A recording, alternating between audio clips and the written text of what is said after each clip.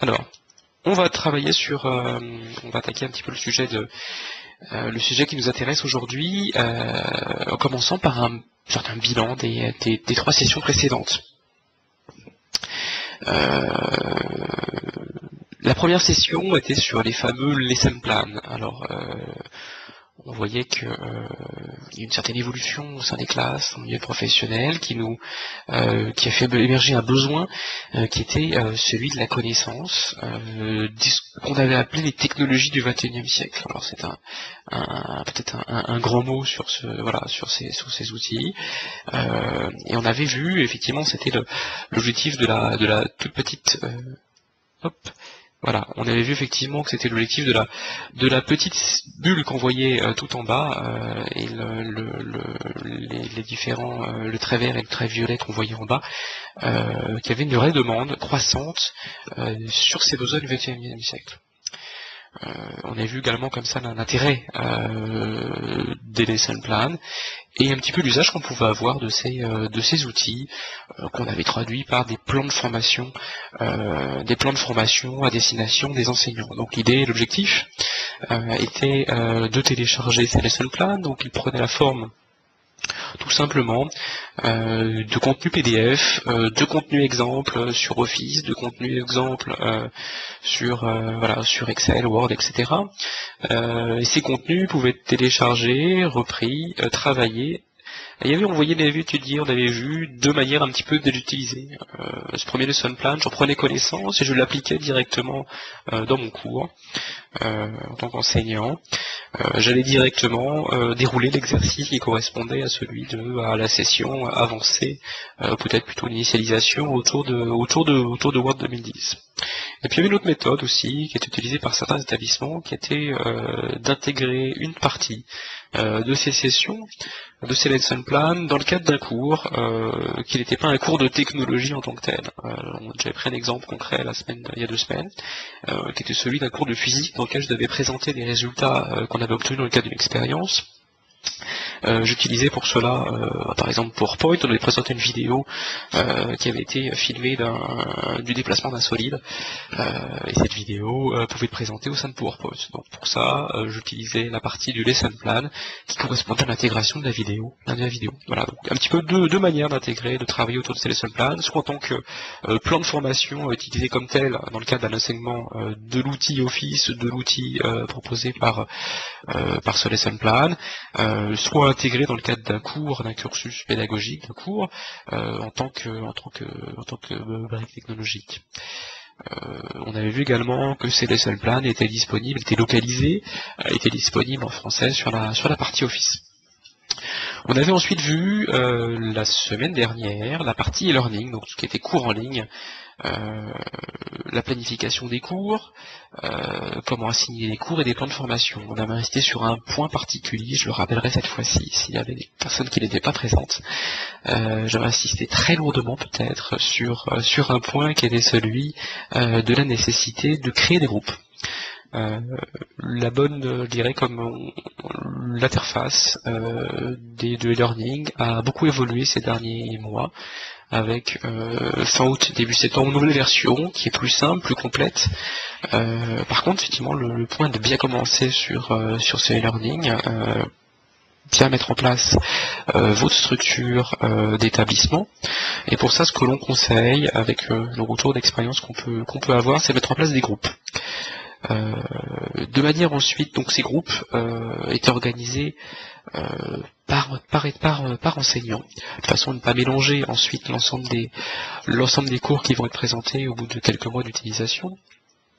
Et ces groupes peuvent contenir éventuellement des utilisateurs. Alors, rajouter, importer, créer à la main, si vous le souhaitez, vos utilisateurs, uniquement si vous souhaitez que IT Academy, donc l'outil de e-learning, vous envoie à vous-même les invitations.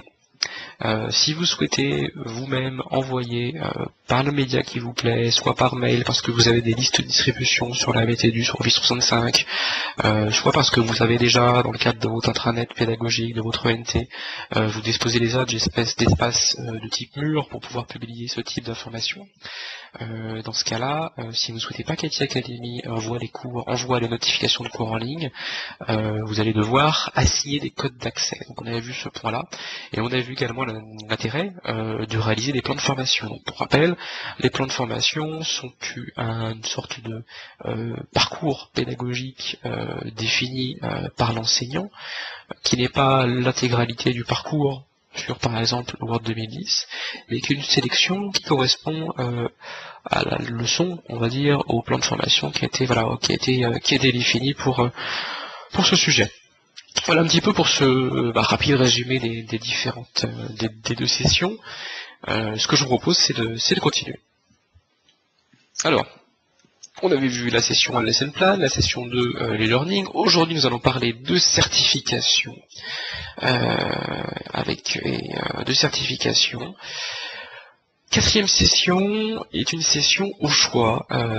Ça fait plusieurs fois que vous votez justement pour décider quel sujet pourrait vous intéresser aujourd'hui autour d'IT Academy, cette quatrième session. On a vu pas mal de points qui se dégageaient. C'était parmi les points qui étaient à droite, autour de DreamSpark, l'utilisation de DreamSpark.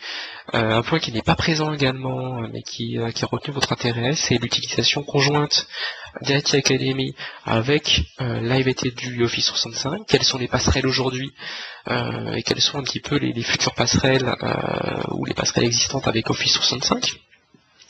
Parce qu'effectivement, on a la gestion de groupe, la gestion d'utilisateurs au niveau de ces outils.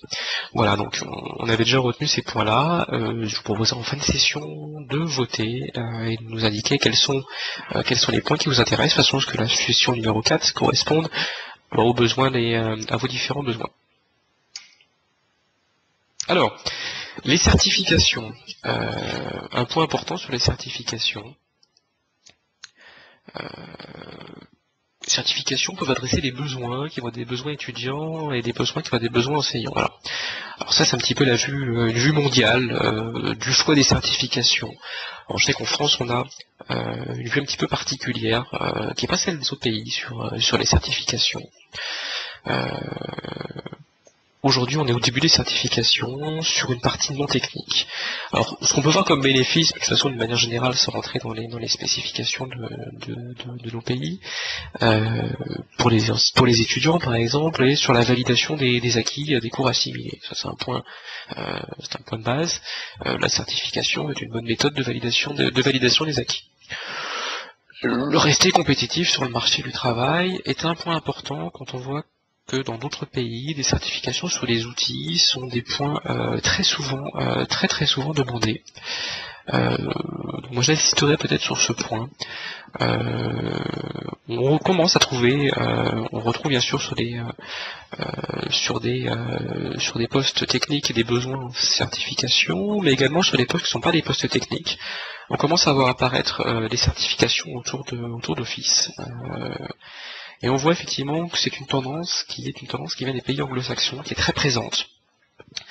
Donc dans ce marché un petit peu, je dirais, mondial aujourd'hui, on peut imaginer que d'ici que la tendance serait à voir apparaître ce type de demande au fur et à mesure. Le troisième point est bien sûr sur le fait qu'il est toujours plutôt confortable et c'est un bon point, on va dire, de faire part, voilà, de savoir qu'on est certifié sur tel sujet. Et quatrième point, toujours dans un contexte on va dire universel d'enseignement, certaines universités, en particulier les universités américaines, proposent des crédits CTS autour de l'obtention de certification. Même principe sur les enseignants, qui également peuvent valider aujourd'hui la connaissance, l'acquis sur un certain nombre d'outils, qui sont habituellement enseignés par ces enseignants. L'apport de certification permet aussi, je dirais, d'apporter une certaine assise et une certaine confiance sur l'enseignement de technologie. Le troisième point, qui est peut-être un point qui me parle encore plus, c'est toujours bon d'avoir passé les examens que l'on souhaite proposer, faire passer à ses étudiants. Effectivement, si on est passé par là, on n'est que meilleur sur l'enseignement de ces technologies et on est, je dirais, plus à même à comprendre quels sont les besoins et les attentes de cette certification pour pouvoir enseigner et aboutir à cette certification. Donc voilà un petit peu sur le choix des certifications. Je dirais qu'on a un marché qui est certes local, celui de la France, sur lequel les certifications non techniques sont, on va dire, à leur tout début. On commence à voir apparaître ce besoin de certification principalement dans les écoles de commerce. C'est déjà très présent sur la partie certification technique. Mais la tendance globale aujourd'hui et le retour qu'on peut avoir des autres pays est de la généralisation de ce besoin de certification sur des outils comme Office par exemple. On souhaite sur un CV, un employeur souhaite distinguer une personne qui va indiquer qu'elle a une bonne maîtrise d'Office d'une personne qui indique qu'elle est certifiée sur la suite Office autour de tel et tel niveau. Voilà, c'est le début de la prise en compte de ce type de nouveauté.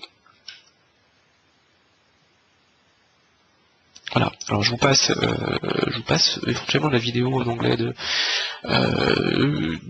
l'administratrice de l'État de Caroline du Nord. Ce qu'il faut savoir, c'est que la Caroline du Nord a signé un partenariat avec IT Academy, avec Microsoft IT Academy, et a commencé par plusieurs pilotes.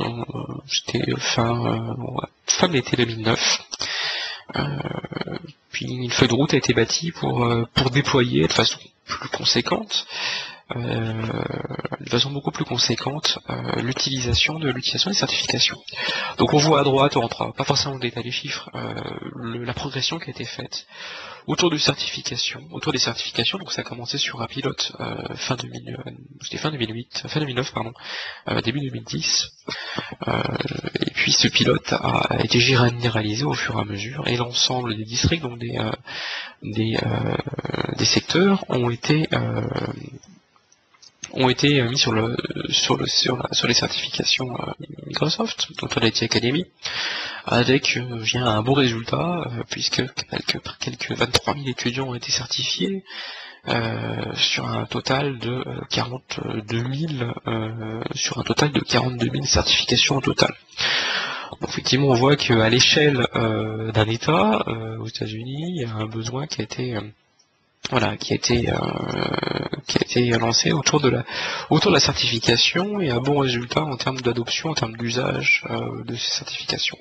D'autres pays, alors il n'y a pas que le modèle anglo-saxon bien sûr, d'autres pays s'attachent aux certifications. Je pense aux Pays-Bas et au Maroc, où il y a une énorme demande sur les certifications Microsoft, tant sur la partie technique que sur la partie Office. Alors, on va passer peut-être vite sur ce point pour rentrer dans le détail.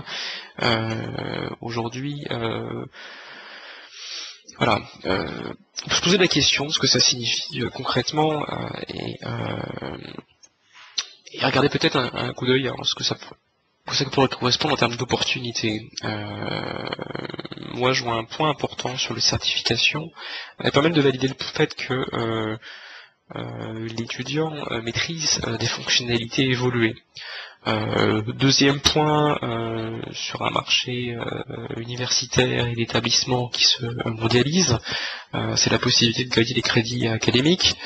Le troisième point est bien sûr une tendance que l'on évoque, mais là j'enfonce des portes ouvertes sur les emplois IT qui sont en croissance, et surtout le besoin, je dirais même au-delà du point qui est sur ce slide, le besoin autour des emplois qui ne sont pas liés à l'IT, mais pour lesquels des compétences IT sont nécessaires. Les compétences IT pour être par exemple simplement l'utilisation, le bon usage d'Office. On a une grosse croissance sur ce point-là, et ça c'était un point qu'on avait pu identifier lors de la première session. Et quatrième point, qui est un point, on va dire, de CV. Alors c'est pas que pour le côté CV, mais c'est déjà un point différenciant face à un employeur pour les étudiants. c'est d'apporter un élément de différence entre un point qu'on retrouve souvent dans les CV, par exemple, la bonne maîtrise de la suite Office. Je retrouve ça dans tous les CV. Une certification sur la suite Office permet d'apporter un vrai élément de différenciation auprès d'un autre CV et la certitude pour un employeur que la compétence est réellement acquise. Comme il paraît très naturel de faire appel sur un poste technique à quelqu'un qui est certifié autour d'une solution Exchange pour pouvoir mettre en place, pour chercher quelqu'un qui a des compétences Exchange. Alors, une petite vue d'ensemble des certifications Microsoft peut être important. Moi je vois déjà deux groupes distincts de certifications. Une première sur votre gauche qui est liée à la bureautique, donc voilà la partie Office, et une troisième qui est liée à la partie technique. Alors, la partie technique, c'est peut-être celle que l'on connaît le mieux, parce qu'on a tous entendu parler de MCS, de MCSE, de MTA, de MTA, etc. Dans leurs anciens noms, dans leurs nouveaux noms, ça a beaucoup changé également, les noms des certifications ont beaucoup évolué ces dernières années. Donc on va essayer de faire le point sur on va dire, le vocabulaire utilisé aujourd'hui pour les certifications et quelques passerelles par rapport à des points qu'on avait pu utiliser les années précédentes pour les certifications techniques. Donc on voit que le modèle est assez classique, un modèle pyramidal. On commence par sur votre gauche, sur la partie Office, par un niveau spécialiste. Et ça c'est le petit logo qui est à votre qui est au milieu, donc Microsoft Office spécialiste. Le spécialiste a une bonne connaissance de la suite Office, une bonne connaissance de l'environnement Office et sait parfaitement utiliser la solution. On entend également parler de MOS en tant que Microsoft Office spécialiste comme niveau de certification. Le point d'expertise, on verra on rentrera un petit peu ensuite dans le détail de ce qu'il y a derrière vraiment les différents programmes, s'acquiert au fur et à mesure, pour arriver ensuite sur un point de master qui doit regrouper un ensemble de compétences acquises au niveau de l'expertise sur plusieurs briques de la suite Office. Même principe sur la partie technique, avec un petit point de différenciation, un petit point de différence autour du MTA. Des briques optionnelles d'introduction autour de la technologie, autour du MTA, qui sont une première certification dont on va parler un petit peu plus tard, assez facilement accessible, pour arriver ensuite sur un niveau associate avec ensuite arriver sur un niveau expert, un niveau master. On va rentrer dans ces points-là.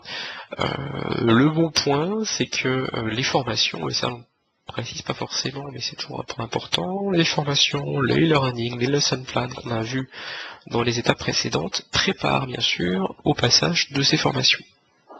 Tant sur la partie Office, sur le programme Office, avec les formations qu'on a pu voir, l'exemple qu'on a pu prendre sur le lesson plan Office, que des formations, puisqu'on retrouvait les trois niveaux, initialisation, un niveau intermédiaire et un niveau expertise.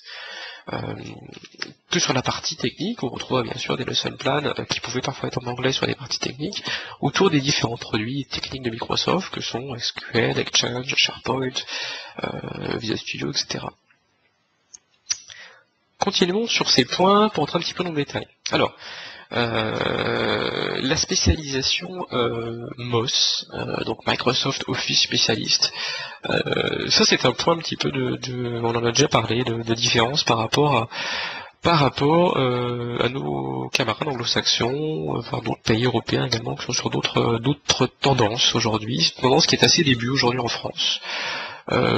C'est un atout pour l'avancement de la carrière, oui, c'est le début, on commence à avoir des demandes autour de certification MOS, et des établissements, en particulier, j'ai précisé tout à l'heure, des écoles de commerce commencent à considérer ceci comme une compétence importante et requise, cette certification autour des produits, autour de Microsoft, et commencent à passer des certifications pour leurs étudiants. On en est au début de la tendance, mais le marché mondialisé, la mondialisation du marché de l'éducation fait que vraisemblablement, cette tendance devrait se confirmer dans les mois et dans les années à venir. On parle de standards internationaux, oui, effectivement, une certification MOS acquise en c'est équivalent à une certification MOS, bien sûr, dans d'autres pays. Donc c'est quelque chose qu'on peut comparer. Et c'est un point important pour des étudiants qui sont de plus en plus mobiles. Il y a quelques années, la mobilité des étudiants internationaux était plutôt faible. C'est une tendance qui s'est vraiment inversée, avec un passage quasi obligatoire dans le sud des étudiants autour de stages, autour d'années de césure, autour de première expérience à l'étranger. Donc la certification est peut-être assez début en France, mais aujourd'hui un point très important dans d'autres pays. C'est également le point, je le répète, la possibilité d'obtenir des crédits ECTS, en particulier aux États-Unis sur pas mal d'universités américaines. Alors, voilà, passons sur son plan. Voilà, moi je vois un point important autour des carrières, autour de Office. Les certifications Office peut être un support à la carrière. Voilà, moi je vois ça tant sur deux points. Sur un point, on va dire strictement IT, où on utilise bien sûr tous les jours les technologies Microsoft, mais également pour des compétences qui ne sont pas liées totalement à l'IT, autour de marketing, autour de finance, autour de la gestion des ventes, etc., où on demande marché du travail à maîtriser des connaissances autour d'Excel, Word, etc. Et la bonne maîtrise et les certifications est bien sûr la preuve d'une bonne maîtrise de ces compétences.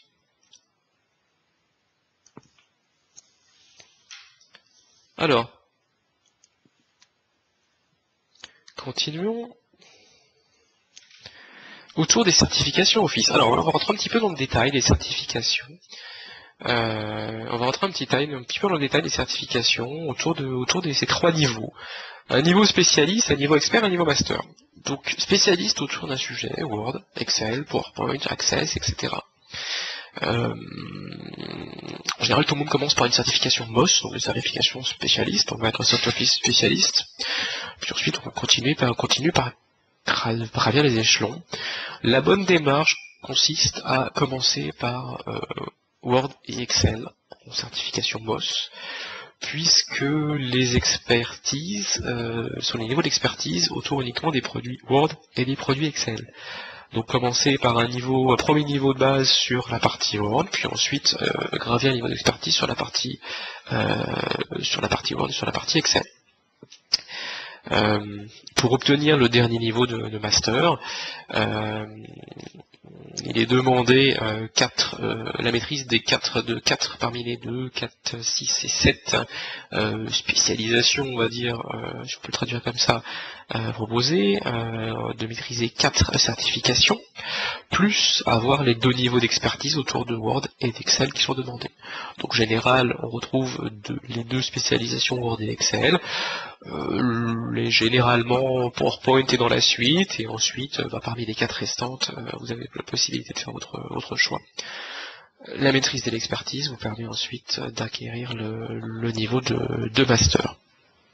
Alors un point important, vous l'avez peut-être vu dans l'interface d'IT Academy si vous êtes baladé un petit peu. En tant qu'enseignant, vous avez la possibilité, vous êtes affecté des vouchers, donc on va dire des bons gratuits que vous pouvez changer contre des examens MOS. Et vous avez un certain nombre de vouchers tous les ans dans le cadre de l'IT Academy. On verra ce point un petit peu plus tard, à quoi ça correspond, on regarde un petit peu dans l'interface, surtout où vous les trouvez. Continuons sur les contenus des cours. Alors, je vous l'ai dit tout à l'heure, c'est peut-être une porte ouverte, mais les cours et l'ensemble des ressources IT Academy mènent aux certifications. La certification et la validation des acquis, c'est un petit peu la conclusion des lesson plans, la conclusion des cours en e-learning. Les différents niveaux d'entraînement, débutants, intermédiaires, avancés, correspondent aux différents niveaux de certification qui vont être demandés. Donc je dirais, il faut voir IT Academy comme une offre complète, tant sur la partie compréhension des cours, sur la partie planification et préparation des cours, c'est la partie lesson plan, Sur la partie learning, ce sont les cours eux-mêmes. Voilà, l'idée c'est que j'ai des cours en tant qu'étudiant, en tant qu'étudiant qui m'en sont proposés sur les différents niveaux. On a vu ce point la semaine dernière. Et la validation, la certification, un petit peu la conclusion de ces cours et la bonne validation des acquis. Regardons un petit peu les certifications techniques. Voilà. Même principe que sur les certifications Office, tout le monde commence sur le bas de la pyramide, par le début. Voilà. Les étudiants peuvent commencer par une certification qui est la certification MTA, donc Microsoft Technical Associate Certification, qui est une certification de base sur des briques techniques. Ça n'est pas un prérequis à la pyramide qu'on voit ici. Donc on peut tout à fait passer l'étape de ces MTA et arriver directement sur la partie associate. Cependant, voilà, c'est un bon départ. Les certifications MTA sont destinées à des étudiants qui ont des connaissances techniques de base. Donc c'est vraiment le début sur l'utilisation des outils techniques de Microsoft. MCSA, voilà, MCSA, le premier niveau de certification technique professionnelle. Donc là on arrive vraiment sur un niveau de certification. MCSE est le deuxième niveau. On va dire que on parle d'expertise, donc alors on s'attend à des gens qui ont déjà réalisé un certain nombre de projets sur les briques technologiques qui vont être évalués. Qui ont déjà un premier retour d'expérience, et ensuite le niveau master est atteignable au sens après plusieurs années d'expérience sur le produit. On parle un petit peu d'un groupe d'experts autour de ces solutions. C'est le haut de l'échelle sur le produit autour de ces certifications. Donc voilà. Donc on commence par associate, expertise, et ensuite le niveau master sur IT Academy. Continuons en détail sur cette certification. Les certifications étaient MTA, donc les certifications qui sont un petit peu annexes, mais qui correspondent déjà à une bonne base. On les retrouve sur beaucoup de produits Microsoft, tant sur la partie Windows Server que sur la partie Windows Client, sur la sécurité, sur la partie networking et des bases sur la partie networking, de la partie IP en passant par les bases du réseau. Là on était sur la partie, on va dire IT Pro, qui est un petit peu la séparation de Microsoft, soit la partie IT Pro, donc la partie infrastructure réseau, soit la partie développement d'applications, donc plutôt des bases autour des développeurs, des sessions qui s'adressent à des publics de développeurs. Déjà on va commencer par les fondamentaux du développement, les fondamentaux du développement .NET, et ensuite valider les acquis sur les fondamentaux de développement autour du développement Windows ou du développement web. Même principe sur la gestion des bases de données qui va en général avec la partie développeur ou la partie IT Pro. Quelques nouveautés autour d'HTML5, du gaming, des mobiles, etc. Qui sont des nouveautés autour de ces certifications MTA. Alors, les enseignants reçoivent un certain nombre de coupons, de tête il y en a une vingtaine, pour les examens sur une des certifications ci-dessous. C'est un bon moyen aussi d'évaluer pour les enseignants, voilà un petit peu quels sont les fondamentaux nécessaires pour passer ce type d'examen. Alors, je pense que c'est une bonne slide. C'est un copier-coller d'un site qu'on a un petit peu mal à trouver, mais qui permet de faire un petit peu le lien avec les différentes certifications qu'on pouvait avoir auparavant. C'est toujours bon de se comparer par rapport à ce que l'on pouvait entendre. On entend aussi parfois parler de cette certification avec leur ancien modèle de certification. des solutions autour autour de la base Associate. On a parlé de MCTS, donc en tant que technologie spécialiste. Aujourd'hui, on parle de MCSA, donc Solution Associate, donc c'est ce qui correspond à la base. Donc logiquement, on arrive sur MCSE, Solution Expert, avec une petite nuance sur la partie développement. On est sur des parcours différents. On va parler de MCSD, Solution Developer, qui est à mettre en parallèle avec des certifications qui étaient MCITP et MC déjà PD pour Professional Developer, qui était l'équivalent de ce niveau expert. MCM était le niveau Master pour arriver sur le niveau MCSM comme Solutions Master aujourd'hui. Donc voilà, l'idée c'était un petit peu de pouvoir vous orienter par rapport aux différentes certifications qui pouvaient avoir lieu ces dernières les différents noms de certifications qui ont changé ces dernières années. Donc l'idée c'est de se retrouver dans ces différents niveaux de certification. Donc un niveau associate avec la terminaison finale A pour associate, un niveau expert avec les différents MCSE. Voilà, c'est une solution, c'est un niveau de certification qu'on retrouve assez souvent, et un niveau master avec MCSM pour les solutions master. Voilà, ça n'est pas la grille des programmes, mais le modèle précédent où les MCTS étaient il faut l'avouer, assez complexe. Il n'y avait pas un point d'entrée ou quelques points d'entrée assez simples, il y en avait 80. Donc on retrouvait être formé sur à peu près tout et n'importe quoi, enfin certifié sur à peu près tout et n'importe quoi. Et c'est assez compliqué d'en présenter l'ensemble des certifications disponibles, puisqu'il y avait pas vraiment de liens entre toutes. C'était assez vaste, il y en avait plus de 80. Donc on ne pouvait pas les présenter sur un seul slide, c'était compliqué pour Microsoft, mais c'est surtout compliqué pour les personnes qui souhaitaient être formées, de trouver un point de départ sur les formations.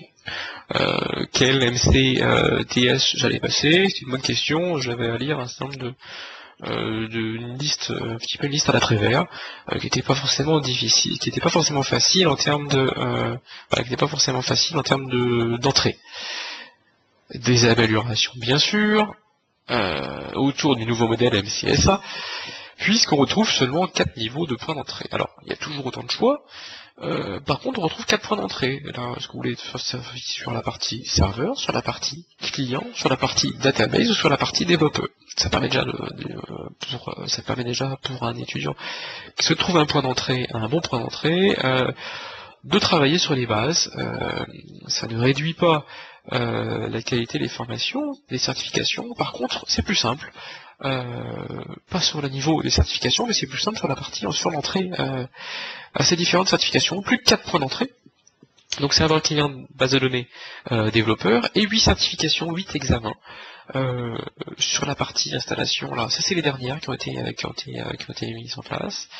Installation et configuration de serveurs IT Academy. Je vois votre question. Effectivement, je vais répondre à votre question sur ce point-là. Il y a des points effectivement qui vont arriver autour d'IT Academy, autour des lesson plans et des sessions de e-learning.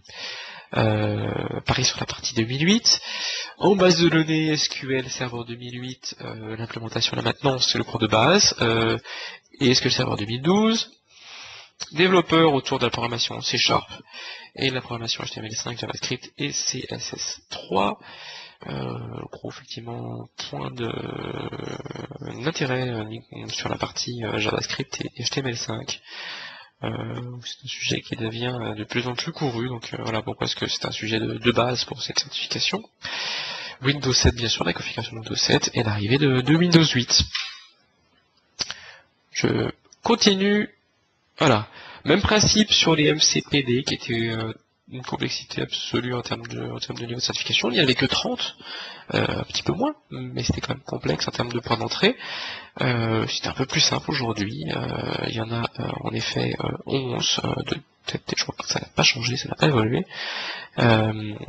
SharePoint, Data Platform, communication, le cloud privé, la messagerie, l'infrastructure des desktops, la BI, la Business Intelligence, la partie infrastructure serveur, Puis ensuite sur la partie développeur, donc avec le D qui est ici, les Web Applications, SharePoint Apps, et ensuite Windows Metro Style Apps, même s'il ne faut plus dire Metro, c'est plutôt Windows Style Apps, donc le développement d'applications sur Windows 8.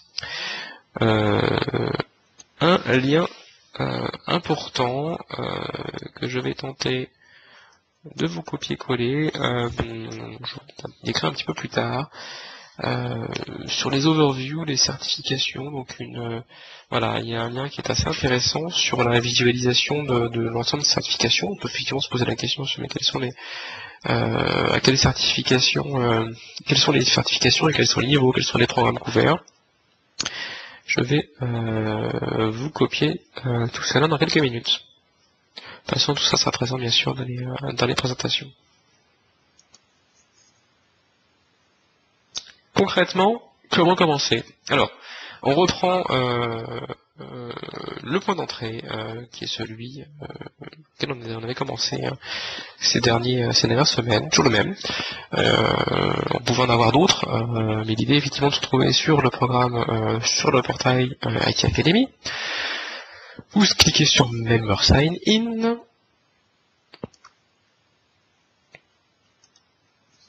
Même principe, vous avez déjà un compte, vous n'avez pas de compte. Si vous n'avez pas de compte, je vous invite à vous retourner vers votre gestionnaire de programme IT Academy pour récupérer votre Membership ID. Alors, le Membership ID est un identifiant qui vous identifie sur le programme IT Academy. Donc si vous cliquez sur vous inscrire, vous allez pouvoir associer votre adresse email avec le Membership ID qui correspond à celui de votre établissement. Si vous avez déjà un compte, vous avez deux possibilités. Attention, là ça devient un petit peu subtil. À gauche, à droite, vous authentifiez avec un Live ID. À droite, vous authentifiez avec un MS Online ID, avec un ID d'Office 65. Alors, une subtilité importante. Sur votre gauche, si vous utilisez un compte Live de Hotmail, pour vous authentifier, ou si vous utilisez Live Edu pour vous authentifier, vous allez devoir cliquer sur la partie de gauche pour saisir vos identifiants de connexion, votre login, votre mot de passe. Si vous avez déjà basculé sur Office 365 Éducation, si votre établissement a commencé récemment sur Office 365 Éducation, utilisez les fenêtres d'authentification de droite. Effectivement, c'est un point important. Entre Live Edu et Office 365, qui est le successeur de Live Edu vers lequel les établissements vont migrer, les méthodes d'authentification ont changé. Les identifiants, les identités utilisées ont changé. On était sur des Live ID auparavant, on est passé sur Office 365 à des MS Online ID, donc des identifiants qui ont un format différent, d'où des fenêtres de login, des points d'accès qui sont différents. Donc, je suis sur Live ID, je répète, c'est sur votre gauche, vous êtes sur Office 365, sur votre droite. Et si vous utilisez un Live ID classique, cliquez sur votre gauche. On continue. Vous reconnaissez le portail IT Academy.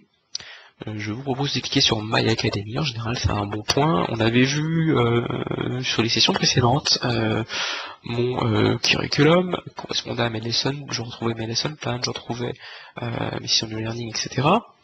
Voilà, ce que je vous propose, c'est de cliquer sur Certification on Professional Development. Vous allez avoir un certain nombre d'options qui vont s'afficher. On voit assez mal, faites-moi confiance sur l'écran. C'est à cet endroit-là que vous allez pouvoir demander vos vouchers, donc des bons pour passer des certifications MOS ou des certifications MTA. Alors vous avez droit à 10 vouchers gratuits par enseignant pour les certifications MOS, et je crois que c'est 20 sur les certifications MTA.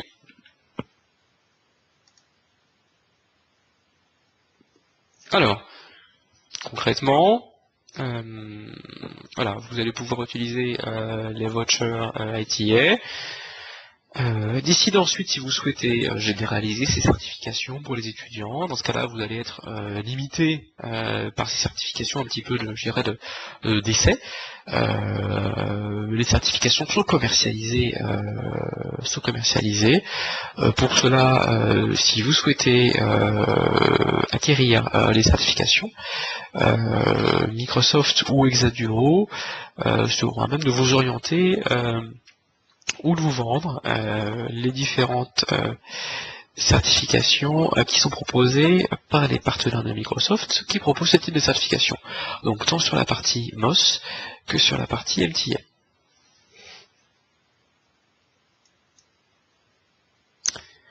Voilà. Je tenais à vous remercier pour cette session. Voilà, le but c'est un petit peu d'introduire la notion de certification, un petit peu de voir quel intérêt on peut avoir. Alors on comprend bien l'intérêt des certifications sur la partie technique, chose sur laquelle on est plutôt habitué en évoluant dans un milieu qui peut être un milieu technique, de voir des certifications Cisco ou des certifications Microsoft sur les produits techniques. C'est un petit peu moins clair dans notre modèle français d'avoir des certifications sur le produit Office. Cependant qu'on voit cette tendance qui commence à apparaître et qui est de plus en plus présente autour de nous. Voilà, le marché de l'éducation fait que ça va apparaître au fur et à mesure en France sans grand effet d'annonce. On peut tout à fait l'imaginer. Donc c'est une tendance qui est tout à fait envisageable d'anticiper pour les étudiants. Donc pour cela, plusieurs possibilités. Donc sur les certifications Office, bureautique, sur les certifications MOS qui sont la base, donc les certifications MOS pour Microsoft Office Specialist, avec les possibilités de passer pour les étudiants les certifications, mais également pour les enseignants. Les certifications techniques sont en général un sujet un peu plus connu par les établissements, en particulier les établissements techniques qui délivrent des formations techniques à leurs étudiants. Elle leur propose de passer des certifications pour valider leurs acquis et pour arriver sur le marché du travail avec un certain nombre alors je dirais que ça va plus loin que le coup de tampon, le diplôme. C'est aussi la validation, la certitude que des compétences ont bien été acquises et la reconnaissance de l'acquisition de ces compétences par un organisme tiers. Donc ça c'est les certifications techniques avec plusieurs niveaux de certification, les certifications MTA, qui sont un petit peu les certifications de base, le début des certifications techniques, et puis après les certifications qu'on voit comme des certifications professionnelles, avec les MCSA et les MCSE et les MCSM pour finir. Donc A pour Associate, on retrouve souvent les MCSE qui sont un très bon niveau de certification d'expertise sur les produits, sur Exchange, SharePoint, SQL, Windows Server, Windows Client, etc. Et point important également, des certifications sont apparues autour d'Office 365. Et troisième point, le niveau master avec les MCSM, qui sont à un niveau d'expertise élevé autour des solutions techniques. Donc voilà, donc en fonction du profil de votre établissement, voilà, faites votre choix entre les différents niveaux entre les différentes certifications, en fonction bien sûr du profil des étudiants. Si les étudiants qui ont un profil technique, vous pouvez bien sûr imaginer travailler sur une partie tant MTA que sur une partie MOS. Et si vos étudiants ont un profil moins pas technique, et si l'apprentissage des outils bureautiques fait partie, on va dire des points habituels, je vous propose de vous intéresser aux certifications MOS. La bonne méthode, c'est celle qui avait la slide précédente. Commencez par regarder, voir en tant qu'enseignant, éventuellement passer les certifications MOS qui vous sont proposées gratuitement dans le cadre de ces vouchers, et ensuite adressez-vous à nous, à Microsoft, à l'adresse qui va apparaître un petit peu plus après, ou à Microsoft directement, pour pouvoir trouver un partenaire qui vous accompagnera dans le passage de ces certifications MOS. Voilà, aujourd'hui on peut étudier avec vous. On peut étudier avec vous la partie, l'acquisition de vouchers de certification pour vos étudiants et voir ensemble quelles sont les démarches pour passer les certifications.